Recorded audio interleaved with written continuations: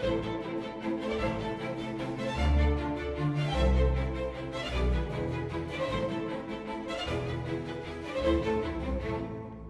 and welcome to the new improved second season of What the Hell Just Happened? Many thanks to Uncle Max for hosting our last edition. I think it's clear he finally found his calling. What's unclear is whether he ever found his car. I'm your host, Martin Ganapolar. Now and in the future, this commentary will be split into two parts for brevity and relevance. But it'll always be the news vlog that will never tell you what to do or how to think. Now listen up and dig this. See what I did there? Okay, anyone who's been paying attention can see that there are some disturbing patterns emerging in our society and government these days. In part one of this week's vlog, we'll look at one element of the pattern.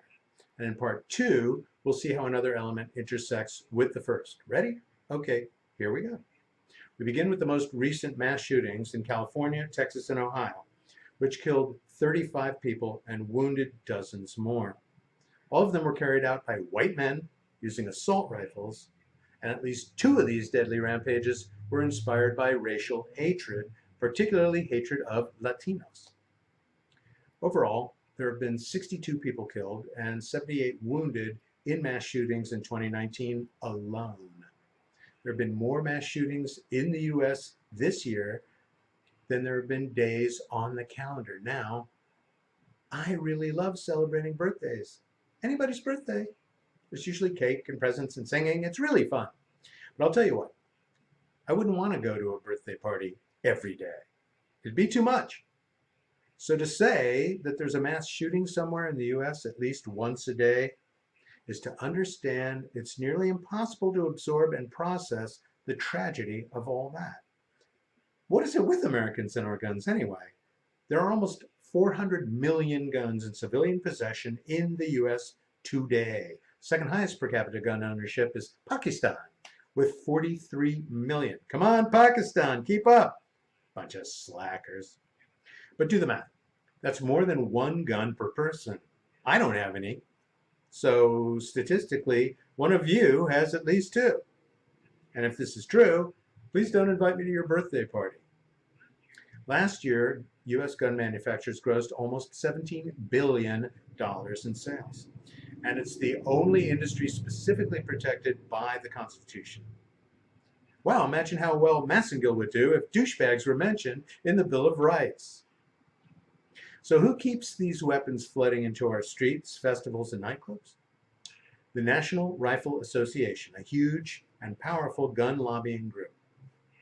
The NRA is led by a Bill of Rights protected douchebag named Wayne LaPierre. And what the hell just happened to wealthy Wayne? Well, he was so unnerved about his personal security after the Parkland massacre last year that he thought he needed to buy a second $5 million mansion in an exclusive golf community outside of Dallas. Kind of ironic that the head of a gun lobby has security concerns. What happened to Wayne's motto? Only a good guy with a gun can stop a bad guy with a gun. The thing is, he wanted to use NRA funds instead of his own to buy his hideaway. Anyway, knowing this hugely unethical house purchase would piss off the NRA membership, not to mention the board president, Oliver North. Yeah, that Oliver North.